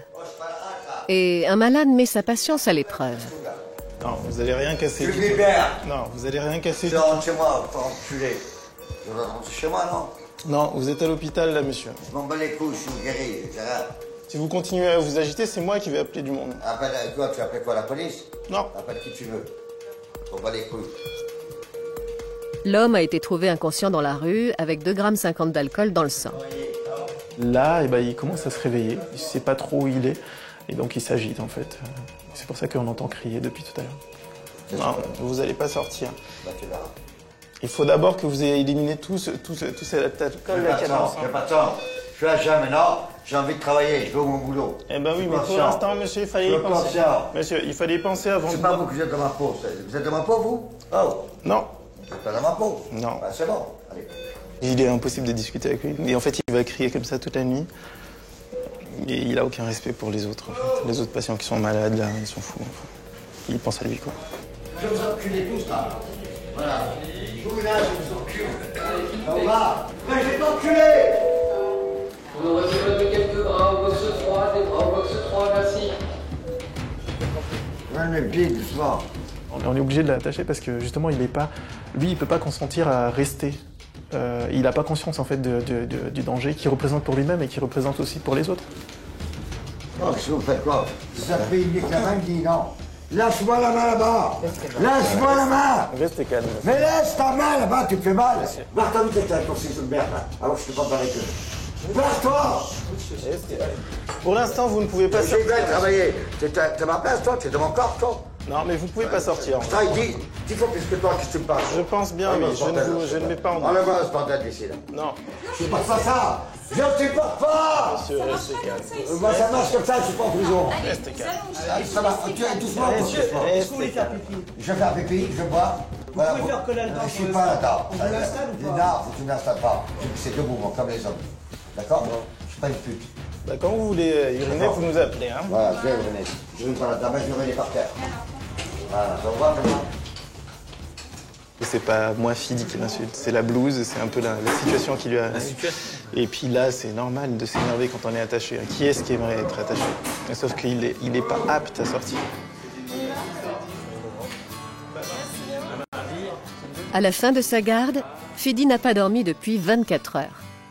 Dans ces conditions, difficile d'accepter les injures d'un patient. Et pourtant, Fidi a fait preuve de sang-froid.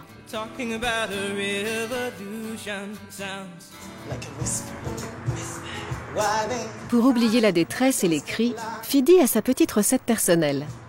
Quand il rentre de garde, il appelle quelques amis.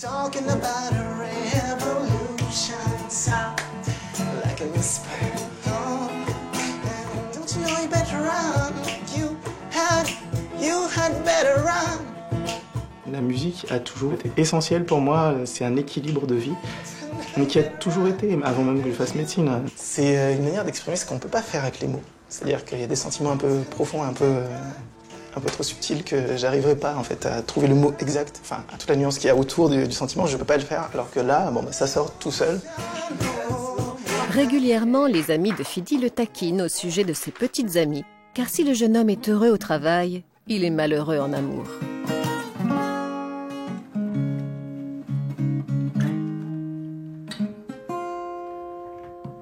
Oh, tout de suite. C'est vrai, c'est pas de ma faute si la vie est ingrate. Moi. J'arrive pas, moi j'ai pas eu le mode d'emploi en fait, c'est surtout ça. Ce côté-là, j'ai pas eu le mode d'emploi, j'arrive pas. Donc. Je sais pas séduire une fille, je me laisse faire. Je suis comme ça. C'est un effort à faire, tout dépend aussi de ce qu'on veut. Est-ce que voilà, je veux dire, il y a des gens qui arrivent à faire avec autant de distance, échanger autant, et puis même à composer c'est sa formation en fonction de son couple, enfin, c'est autre chose à organiser, quoi. Donc ça reste quelque chose de faisable, mais c'est assez compliqué pour un interne lambda, je dirais.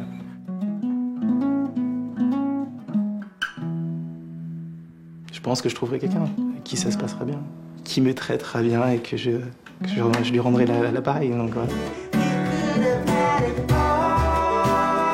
Fidi termine son stage, heureux d'avoir choisi ce métier. Mais il pense souvent aux recommandations de son père et se promet de garder de la place pour une vie privée.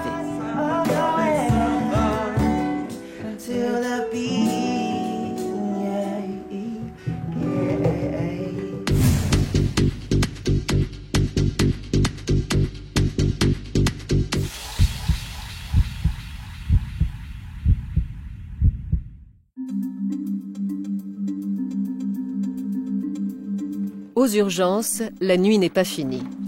Maude poursuit sa garde de 24 heures. Bonjour, je suis l'interne du service. Alors, vous pouvez me raconter un petit peu ce qui vous arrive là? J'ai des malaises, j'ai vomi vers 7 heures. Il m'explique qu'il n'a pas de problème de santé particulier du tout et que c'est la première fois qu'il est à l'hôpital. Donc, il est un petit peu angoissé, quoi. Et c'est la première fois que ça vous arrivait? Oui, c'est la première fois. Vous avez des problèmes de santé sinon? Non. Et donc vous êtes tombé dans les pommes? Oui. Carrément. C'est ma femme qui m'a dit, moi je sais pas. Elle a dit que ce visage pâle, les yeux qui montent, je sais pas. Vous avez envie de vomir là? Vous me dites si je fais mal, hein? On va attendre les résultats de la prise de sang, on va faire un électrocardiogramme. Allez, à tout à l'heure. Aux urgences défilent tout type de malades. Dans le box voisin, Maude va voir une patiente typique de ce service, une malade imaginaire. Vous avez la joue qui gonfle? Oui. Celle-là? Oui. D'accord, bon, et alors, c'est apparu quand le gonflement? Vous faisiez quoi? Il m'a dit, quand tu prends cette inhalation, tu n'oublies pas de te rincer tout de suite la bouche derrière, mon docteur. Le 18 au matin, je me rince la bouche, je pars au boulot, tout va bien, je rentre le soir, je le fais, j'oublie. Un quart d'heure après, je me rince la bouche. Tout va bien, je vais me coucher et ce matin je me lève avec une petite gêne là, mais tranquille. Je me dis tiens, on dirait un aft. Et puis au mesure de la journée, je suis c'est bizarre, j'ai l'impression que ça grossit. Et puis ce soir là, je dis purée, là ça grossit. Donc je l'ai pas pris, je suis venue vous voir. Allez-y, ouvrez la bouche. Là quand j'appuie ça fait mal? Non, pas du tout. En fait, ça fait sentez que c'est gonflé, mais ça fait pas mal en fait. En fait, ça me fait, je vous explique, comme si je sortais chez le dentiste, il m'avait anesthésié la joue. Vous sentez plus là où c'est gonflé? Voilà, mais je sens là j'ai une petite blessure, ça me fait mal là. Ça fait plus petite piqûre ou... Parce que je suis allée voir sur internet les effets indésirables de ce produit. Il marque quand même des cas très très rares. Ça peut faire genre contusion, gonfler le visage, mais cas très rares. Alors je me suis dit, je suis peut-être un cas rare, alors je veux bien. Oui, pourquoi pas. Mais j'allais pas dormir tranquille, donc... La nana, elle a cherché sur internet, quoi. Donc déjà, elle a cherché sur internet, elle a vu tout n'importe quoi. On est mal parti, déjà. Bon. Sinon, je vous ai pas dit, mais il y a 6 mois de ça, j'ai attrapé 2 petites taches sur les gencives. Des aftes? Non, des taches brunes. Là, elles sont là. Et quand je fume, j'ai flippé, je suis allée voir un service de cancer des gencives. Et il m'a dit non, c'était rien. Et il m'a dit d'arrêter de fumer, c'était mieux. Allez, à plus tard. Merci beaucoup. Par contre, il y a un truc, j'ai mangé du saucisson avec dedans des noisettes. Et une fois que je l'ai mangé, je me suis pas étouffée, mais ça grattait? Ça grattait. C'est fréquent avec les noisettes. Mais c'est pas hier que vous avez mangé les noisettes? Hier? Ouais, non, mais enfin... Je pense pas. Je pense pas que c'est les noisettes, non. C'était pas très grave ce qu'elle avait, et mon but, c'était de la rassurer rapidement pour qu'elle rentre chez elle, quoi. Je suis hypocondriaque. J'ai peur de tout, de mourir tous les jours et tout. Oui. C'est une angoisse, c'est quelque chose de terrible. Ça m'empêche presque d'être bien, quoi. Ah, c'est-à-dire là, cette nuit, vous n'auriez pas pu dormir avec ça? Ah non, je serais devenue marteau. Ouais, il faut que je vienne ou je pète une durite, ouais. Mais tout à coup, l'état de santé du patient de Maude, qui n'avait jamais été malade, s'aggrave brutalement et Annick Gentil, le médecin senior, doit prendre les choses en main. Ça va, monsieur? Vous êtes de sa famille? Oui, je suis son fils. Il y a du sang, en fait, dans l'estomac. Donc il faut qu'on le surveille de près, qu'on cherche de tout ça vient. Il vomit du sang depuis tout à l'heure, des quantités assez importantes quand même. Qu'on contrôle pas avec les médicaments qu'on avait mis et qu'on pensait pouvoir contrôler et temporiser en fait. Bah là, il a du sang dans l'estomac, donc c'est pas fait pour, donc il l'extériorise.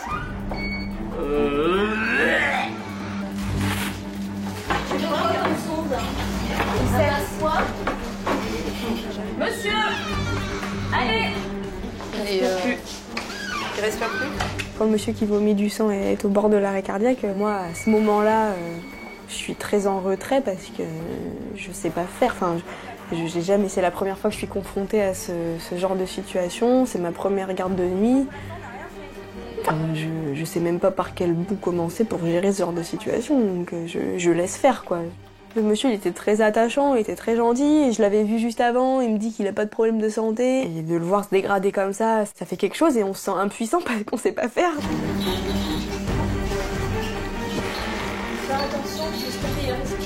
Le patient est dans le coma. Il doit quitter les urgences pour aller dans un autre service où il sera placé sous haute surveillance. Maude ne s'en occupera plus. S'il vous plaît, arrêtez! Les heures passent et les malades défilent. Toute la nuit, il en arrive de nouveau. Ils attendent leur diagnostic dans le couloir car le service est plein. Et respirez bien fort là. Maude n'a pas dormi. Et après 19 heures de travail sans s'arrêter, elle est épuisée. À 3h18, plus que... Je compte même pas parce que c'était trop déprimant. Ouais, voilà. T'aurais pas dû me le dire, X5R. C'est pas beaucoup par rapport à 24. Ouais, mais quand même. Non, bah c'est vrai que c'est... Ouais, j'ai commencé à avoir un peu froid et tout.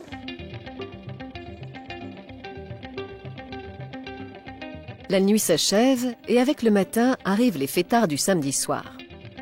Celui dont va s'occuper Maude a 22 ans et est arrivé dans le coma après une rave party. Il est en réa où, le copain? À son réveil, il est encore sous l'effet de stupéfiants. Cette fois-ci, Maude prend les choses en main. Bon, moi je suis l'interne du service. Ouais, mais... Tu te rappelles du coup? Tu peux me raconter un petit peu? Ah ouais, non mais j'ai vraiment l'impression... Non mais... T'as un problème avec moi? Enfin... Non, ça va, je suis cool. Tu sais où on est là? Bien sûr. Où ça? On est au Transborder. Je me trompe pas, hein? On est au Transborder. Je me dis... Il se fout de ma tronche, quoi. Enfin, en fait, j'ai eu un moment où enfin, il était tellement réveillé que je me suis dit, c'est pas possible. Enfin, il peut pas être perché au point de se dire qu'il est pas à l'hôpital. Enfin, on est dans un box de réanimation en urgence d'Edouard Herriot, on est tous en blanc, il connaît pas les gens qu'il y a autour de lui, mais il trouve le moyen de me dire, on est au Transborder, il y a pas de musique, enfin... Non, sérieusement, tu sais où on est? Oui, à Lyon, au Transborder. Là, tu crois qu'on est au Transborder? Bien sûr qu'on est au Transborder. Je me trompe pas. Ah bah, un petit peu là, tu te trompes un petit peu, on est à l'hôpital. On est à l'hôpital Edouard Herriot, à Lyon. Non. Bah si. Arrête tes conneries. Mais comment ça se fait que je suis là? Tu es arrivé ici, à l'hôpital Edouard Herriot, par les pompiers. Et ben Tu voilà. étais dans le coma. Et ben ça... Oui, bah on a bien compris, tu t'en souviens pas? Ah non. Oui, bah voilà, bah donc je te le dis. D'accord. Okay. Tu n'es pas au Transborder, tu es à l'hôpital. D'accord. Et nous, on voudrait bien comprendre ce qui s'est passé puisque tu es à l'hôpital et qu'on voudrait bien pouvoir te soigner. Bien sûr. Ben, moi je vous dis, j'ai passé la soirée, puis voilà. À part l'alcool, du coup, il y avait quoi? Il y avait quoi d'autre? Il y avait un peu de tout. GHB, speed. Bon bah, héroïne, cocaïne... Ah non, non, attends, t'es folle. C'était la première fois que t'en prenais? Non, non, non. GHB speed. Et le troisième truc, eh ben putain... Ecstasy, non, c'était pas ça. Non, non, pas du tout. Attends, mais ça va me revenir. Ah oui. Ça y est. MD. LMD. Hein? C'est quoi? MD. MD? MDMA, quoi. MDMA, d'accord. Moi, je m'y connais pas trop. Hein. Non, pardon, désolée. Et ben, pour l'instant, on va te surveiller. Hein. Bah, c'est vous. Voilà. Donc, tu restes bien tranquille. Ouais. Et puis, J'aurais ouais. bien fumer une petite clope. Ah oui, bah non, ça va pas être possible. Non. Et je reviens te voir tout à l'heure, hein? Ok. Allez, à tout à l'heure. Ça me va. Lui, c'était un patient typique du samedi soir, je pense. Enfin, après, il n'est pas connu du service, j'ai regardé, mais bon, voilà, c'est le morphotype du fêtard du samedi soir, quoi. Ils ont dû vouloir tester le GHB ou je ne sais pas quelle drogue pour voir ce que ça fait. Et puis voilà, il y en a un en réa et l'autre ici, quoi. T'as conscience que ce mélange-là, il peut quand même être assez nocif, quoi, pour la santé? Non. Non, franchement, j'ai pas conscience de ça. Ouais, parce que là... Enfin, on te dit forcément, l'alcool c'est mauvais, les machins sont mauvais. Mais sorti de là, quoi, tu vois. C'est comme la clope, tu vois, tu fumes. Le jour où t'as un cancer, ouais, là tu t'en inquiètes, mais sinon... Le jeune fêtard s'en sort bien. Mais il va devoir passer son dimanche à l'hôpital, le temps d'éliminer toutes les drogues. 8h30. Après ces 24 heures riches en émotions, Maud a gagné ses premiers galops. Bonjour. C'est même elle qui est chargée de briefer l'équipe de jour qui va prendre le relais. Je suis médecin du matin. Alors, monsieur qui vient pour douleur thoracique sans irradiation vers 3h du matin. Ce qui l'a inquiété, du coup, il est venu consulter. Et il a très envie de rentrer chez lui. On l'a pas encore. Maud a de l'assurance et le médecin l'écoute à l'égal d'un confrère. Il y avait une CRP à 83 et la BU montrait 3 croix de leuco, 3 croix de protéines et pas de nitrite. Le CBU est parti.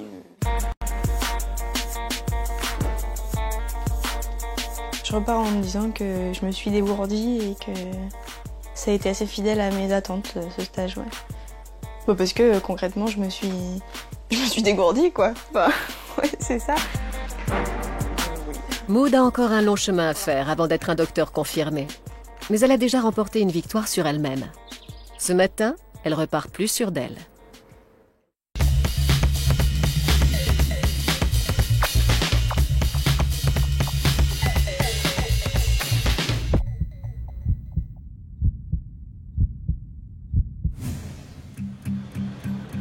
Le matin où j'arrive au travail, je suis content d'aller faire mon boulot, quoi.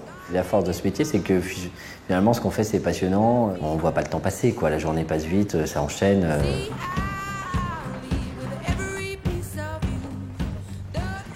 Ça va, Dani? Ça va. Bon, quoi de neuf? Daniel, c'était mon compère. Mon co-interne, on n'était que deux dans cette galère. Ce qu'il faisait, il le faisait partager. Moi, ce que je faisais, je lui faisais partager tout ce qu'on avait vu, nos impressions, nos petits moments de stress, de doute, nos réussites, nos échecs, on partageait tout. Ok, tu fais quoi, Dani, alors? Tu vas sur la valeur arctique? Ouais, je vais sur les valeurs arctiques. Les valeurs. Professeur Oberberg. Ok. Good. Bon. Allez, en route, vers le café. Le café à 8h, c'est la tradition, c'est le moment d'échanger un peu, retrouver des beaux copains chaque matin, ouais, c'est rigolo, ouais, c'est sympa. Ah, je vous ai fait une sternotomie en S, monsieur. C'est l'orthopédiste qui m'a appris. L'orthopédiste qui m'a appris, ouais, non, c'est pour que ça consolide, c'est pour que ça consolide mieux. Tu sais comment on va le greffer? T'as vu le greffer ce matin? Parfaitement bien. Parfaitement bien? Ouais. Il est au 18 là? Ouais, nickel. De son extubagien. Allez, mon gars. Allez, viens. Bon, allez. Je lance à 2. Allez avec moi. On va aller sonder. Régulièrement, les internes jouent les professeurs avec les externes qui sont encore à la fac. L'occasion de se souvenir de leur propre maladresse, notamment lorsqu'il s'agit d'enfiler des gants chirurgicaux. Tu sais mettre les gants? Tu sais comment on met les gants? D'accord. Mais en Belgique, on met ça comme ça et nous... Oui, mais il faut avoir les mains sèches. Ouais. Ouais, je sais pas ce que t'as foutu, hein. Ouais, c'est on dirait. Merci. Ouais. Allez, vas-y, mets tes gants. Tu vas jamais réussir à les mettre, mais...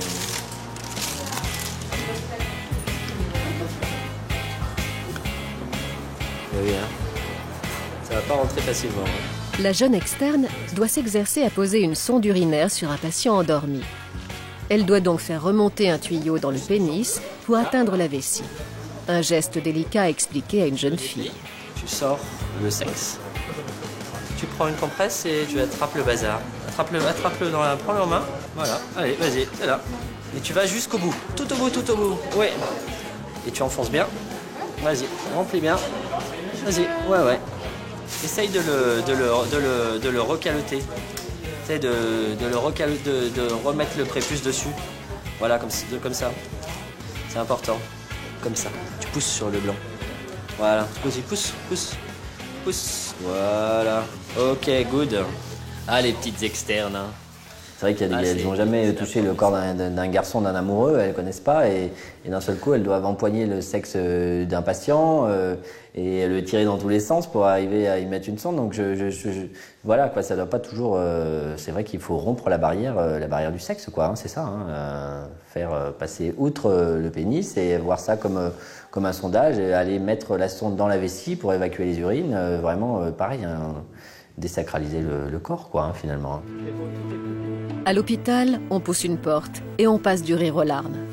En rejoignant Daniel, son co-interne, Thomas prend à nouveau conscience de cette réalité. Daniel doit retirer une assistance cardiaque à un patient décédé qu'il n'a pas pu sauver. J'aime pas du tout, c'est ça, j'aime pas du tout. C'est vraiment désagréable hein, de faire ce travail. C'est plus de la chirurgie, quoi, c'est tu déséquipes quelqu'un qui vient de décéder. Daniel, c'était toi qui l'avais mis, cet ECMO? Ouais. C'est un cœur artificiel, puis on rétablit une circulation sanguine de manière à apporter du sang à tous les organes, notamment le cerveau. L'homme s'est écroulé pendant son footing, son cœur a lâché. Et il est tombé dans la rue en se tenant la poitrine, et ça nous met un peu en face de la réalité. On se rend bien compte qu'on n'est pas tout puissant et que parfois ça ne marche pas. Le but, c'est de rendre un corps qui est présentable à la famille. Je suis concentré sur ce que j'ai à faire, on essaie de le faire vite. Garde les gants, hein, parce que c'est ça, il y a du sang dessus. 40 ans, c'est un peu jeune pour mourir. Hein? Pas d'âge, rien. Je trouve qu'il y a une odeur particulière, ça sent la mort, quoi. J'ai pas envie de trop l'approcher. J'aime pas, c'est atroce, hein. C'est toujours aussi désagréable. Autant l'avoir le moins possible, quoi. Ça, c'est sûr. Bon, Dani. T'es pas changé? On va manger, j'ai faim. Non, ça lui a ouvert l'appétit, Daniel. Hein. Il est comme ça, lui. Mais non, mais bon. Rien ne lui coupe l'appétit. Faut pas croire que ça nous fait rien, hein. Si, c'est hyper désagréable. J'étais là quand on l'a mis, on y croyait. On y croyait. On sait que c'est un truc qui a des résultats qui sont quand même moyens. Mais bon, si on le met, c'est qu'on espère que ça va marcher. C'est un patient jeune, donc c'est une histoire hyper triste, quoi. Ouais, on est confronté souvent à des problèmes, souvent à la mort, et si à chaque fois, ça nous met un coup psychologique, on s'en sort pas, quoi. Il vaut mieux être hyper solide et tourner, vite passer à autre chose, quoi. Pour Thomas et Daniel, leur plus belle récompense, c'est le sourire des patients qu'ils ont guéris. Thomas rejoint à présent Chloé, la petite fille dont il a réparé le cœur une semaine auparavant. Bonjour. Ça va, Chloé? La nuit s'est bien passée? T'as dormi à plat? T'as pas dormi à plat? J'ai essayé, mais après je me suis fait mal. Oui, hier elle avait mal avant de se coucher en fait. Hein. Ouais, mais aussi elle bouge, c'est normal. Voilà, hein. ouais. C'est pas si encore, c'est pas consolidé, il va falloir un mois et demi. Faut éviter de dormir sur le côté pendant un mois. Parce qu'en dormant sur le côté, on tire sur le sternum et il faut essayer de dormir à plat sur le dos, sur le dos à plat. Et oui, mais ça change. Mais oui, mais malheureusement, ça tire, ça va tirer sur les cicatrices et ça va faire plus des douleurs et il vaut mieux dormir sur le dos, Chloé. Hein. Ok. Alors, on peut vous prendre en photo avec elle? Bah, bien sûr, ouais.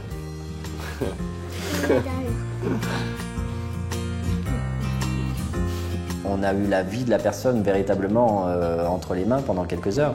Donc c'est sûr que pour ça, en fait, j'imagine que le patient il se dit, ben voilà, il a eu ma vie entre les mains et il a agi correctement, il a à bon escient et il me l'a rendu et je vais bien. Et c'est sûr que ça a une place toute particulière, mais c'est ça qui fait que ce métier est génial. Hein.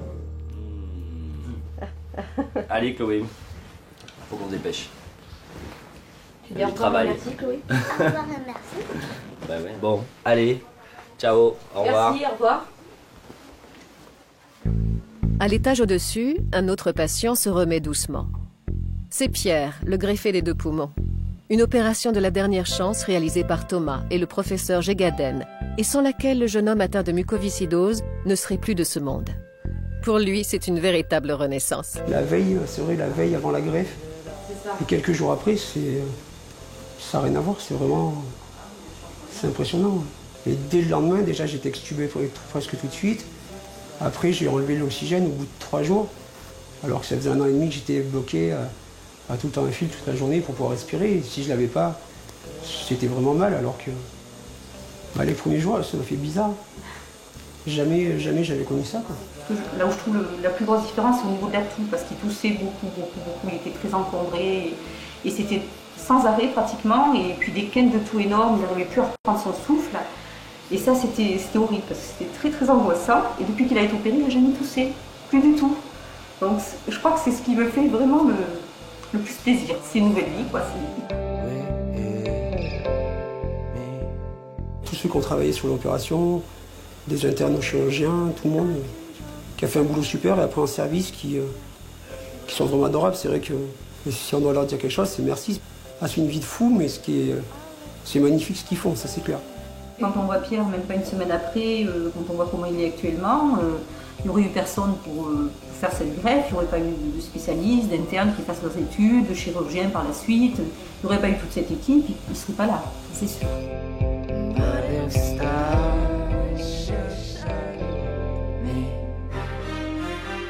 Ainsi s'achève la dernière journée de Thomas et ses 5 années d'internat. Il est maintenant docteur et pourtant, durant les 4 années à venir, il restera encore sous la surveillance d'un senior lors de ses opérations.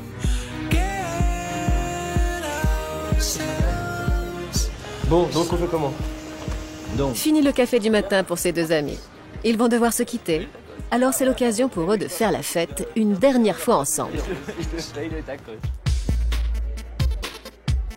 Ah ouais. Ça va? Salut Anne. Ouais. L'homme de la soirée. Ah ouais. Salut Tous mes compliments. Odette. Ouais, merci hein. J'ai cherché un mouchoir parce que je crois qu'il va bientôt pleurer. Tiens mon petit chat. Vraiment, bah merci Daniel. Oui les filles. Même en soirée, Thomas n'a qu'une conversation. La chirurgie. Il s'empresse de raconter sa plus belle opération à sa belle-sœur. En greffe pulmonaire, ouais, on a greffé de poumon, ouais. Grave. Bon, c'est une bonne excuse parce que tu travailles avec une glacière en fait, puis à chaque fois que tu as un échange, c'est pas une glacière, c'est un container isotherme. Il est réfrigéré. Container réfrigéré, parce que glacière. C'est bon, t'as mis les poumons avec la glacière et les glaciers. Ouais, mais c'est ça, on appelle ça. En même temps, c'est une glacière. Oui, c'est une glacière. Une glacière, disons-le, ou le sac congélo de Carouf. Des fois, ça peut même marcher. Avec la poignée. Thomas a tout pour plaire. Et pourtant, il ne semble porter aucun intérêt aux nombreuses jeunes filles présentes ce soir-là. Il se consacre entièrement à la chirurgie, ce qui inquiète sa belle-sœur. C'est quelqu'un qui est hyper bosseur et il a sens du sacrifice pour son travail. C'est vraiment pour lui, c'est toute sa vie. C'est vraiment, il vit que pour ça. Le quotidien, c'est plus difficile, ouais. Ouais, c'est sûr. Mais bon. C'est dur, mais je sais que je suis toujours un peu excessive, mais c'est vrai que malgré tout, une femme de chirurgien, c'est quand même quelqu'un qui doit être disponible. Parce que si elle a un travail hyper prenant comme le tien, tu ne vous voyez jamais. Vous ne faites pas d'enfant. Ah, tu prends une nounou, quoi. Hein. Non, mais la nounou, c'est pas elle qui va faire les gosses. Il faut bien quand même à un moment donné que vous fassiez des choses, tu vois. Ah, mais non, mais oui. Mais forcément. Mais pour se rencontrer, il faut pas trop travailler. Tu vois, ce que je veux dire, si elle bosse à fond, si elle est chirurgien cardiaque, toi t'es chirurgien cardiaque, vous croisez. Ah, mais là, c'est la merde, hein, 2 chirurgiens cardiaques. Non, mais c'est pour ça que moi je pousse à fond le truc en disant bah, faut qu'elle reste à la maison. Elle n'est pas obligée de rester à la maison, mais il faut pas qu'elle ait un boulot. Faut pas qu'elle a. Ouais, je sais pas. Je sais pas. J'ai pas envie de ça pour le moment, d'avoir j'ai assez de contraintes. Si j'ai en plus ça, non, mais c'est pas possible pour le moment. Non, mais est-ce qu'un jour. Un jour. Non, mais tu vois, c'est facile de dire. C'est facile de dire pour l'instant c'est trop de contraintes. Non, mais enfin, je vais pas te faire de peine, mais t'as 30 ans. J'ai plusieurs exemples de gens de mon âge qui ont déjà des enfants qui sont déjà séparés de leurs femmes. Donc, oh oui. Ah ouais, j'ai 2 chefs de clinique, il y a un de vasculaire, un de cardiaque. Mais ils ont quel âge? Ils ont 32 ans et ils ont déjà des enfants, ils sont déjà séparés de leurs femmes. Donc honnêtement, je préfère 1000 fois être à ma place et foncer pour le moment et faire de peine à... Et voilà. Mais il faut pas non plus te faire de tort à toi. Mais écoute, ça va pour le moment, ça va. là-bas. Oui, mais bon, enfin. Oui, mais moi, je trouve que c'est un métier, on s'oublie un peu quand même. Mais je pense que c'est un truc, ça se réfléchit pas. Il y a un jour, il y aura le bon moment, il y aura la bonne femme, il y aura tout ça qui sera réuni, et à partir de là, les choses vont être différentes. Mais j'en doute pas, hein, mais pour le moment, je pense que c'est pas dans l'immédiat. Ouais, pour toi, c'est pas une priorité. Je suis hyper heureux. Mais voilà, c'est pour ça aussi que t'es bon, parce que tu c'est parce que je vis à fond, dans les pieds, quoi. Et voilà, non, exactement. Nos amours, alors.